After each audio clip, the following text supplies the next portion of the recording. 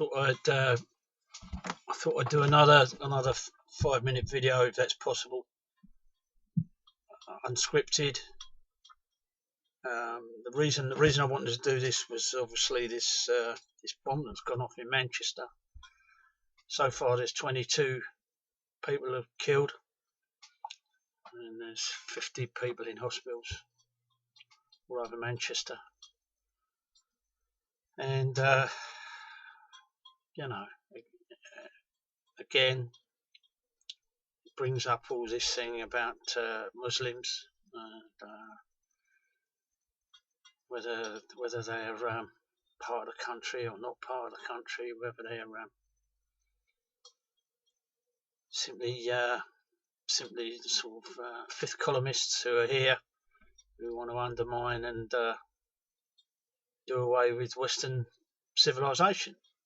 And there's lots of talk about it. And what bothers me most of all is that all of this forgets a major point, that the West is involved in the Middle East for good or ill, and that we have been for a long time, probably for the best part of 100 years, and that we lately I think we've been kidding ourselves that what we're doing is not destructive, and it has been. Now, that doesn't mean that we have to look at the religion of Islam as a totally benign force in the world. They're not. They are a crusading religion, and they've not, it seems, reformed since the 7th century, and they're not about to. Or it's not going to be quick. If it is going to happen. I've spoken to a few Muslims over the years, and they do feel a worldwide connection and responsibility,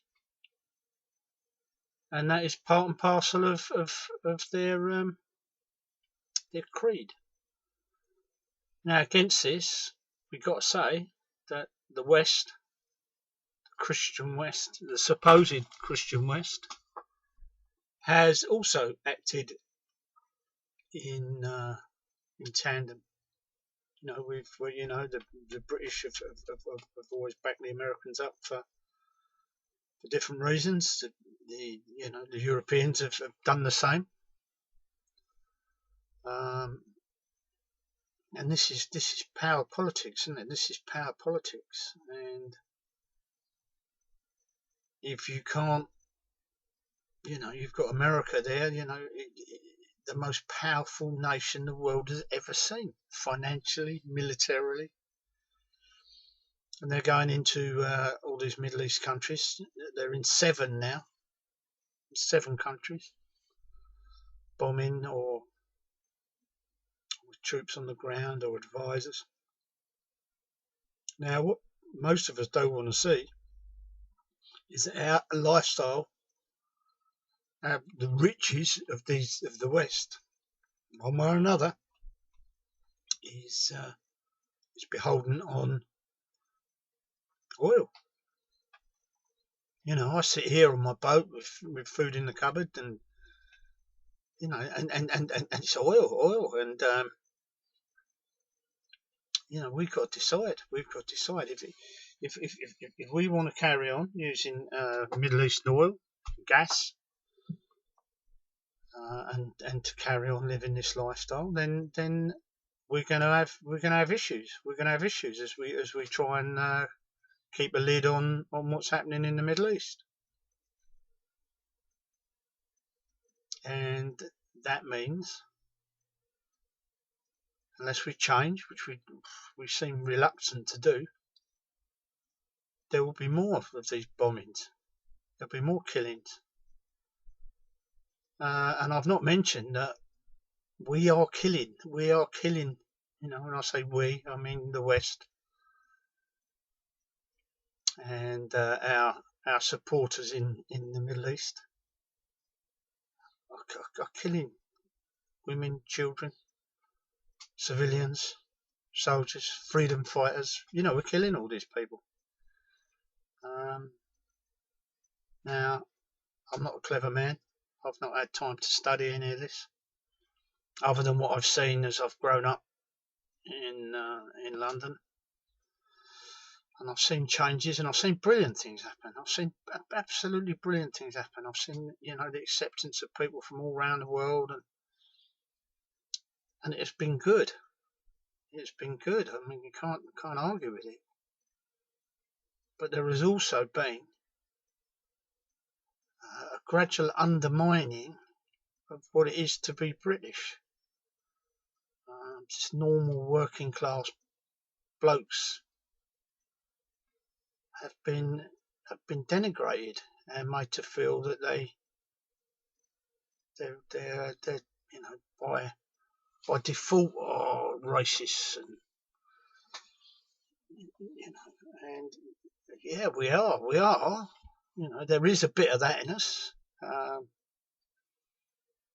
also we've accepted massive immigration from all around the world, and you know, without killing anybody in this country, at least. And we've seen society completely change in my lifetime, let alone in, you know, my dad's lifetime. And we're not certain that this is where we want to be. We're not certain that this is where we want to be. No, we're not suggesting that everybody gets sent home or sent back to where their parents and grandparents come. I'm not saying that, but do we have to continue feeling guilty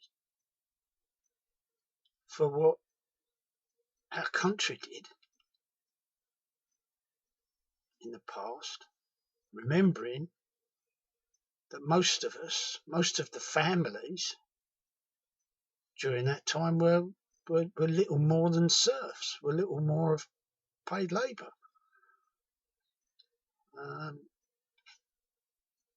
You know, badly paid at that. I mean, you look back to what was happening at the beginning of the last century, the century before.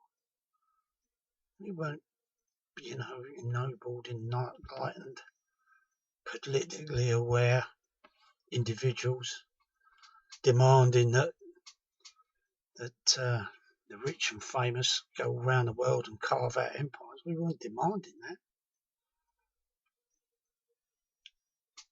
Now, did we benefit from it? Possibly. Not from the stories I hear about how the working class of the East End lived. You know, we were crushed under the weight, the same as the rest of the world seems to be now. So this is complicated stuff, isn't it? This is complicated stuff. I've already talked more than the 5 minutes I wanted to. I can do that because I've got 0 subscribers at this point, and the only one who looks at my videos is me. So I'm not inflicting my ideas on too many people. I'm talking out loud. This stuff is, I get washed over like most people do with information. Comes at you from all angles. And at the moment, it's just adding to my confusion. So we'll see. I'm going to try and get some more information. Maybe even read a book again, which hasn't happened for a few years. Read a book from start to finish. Write my thoughts down, such as they are. See if that makes a difference. There you go. 10 minutes.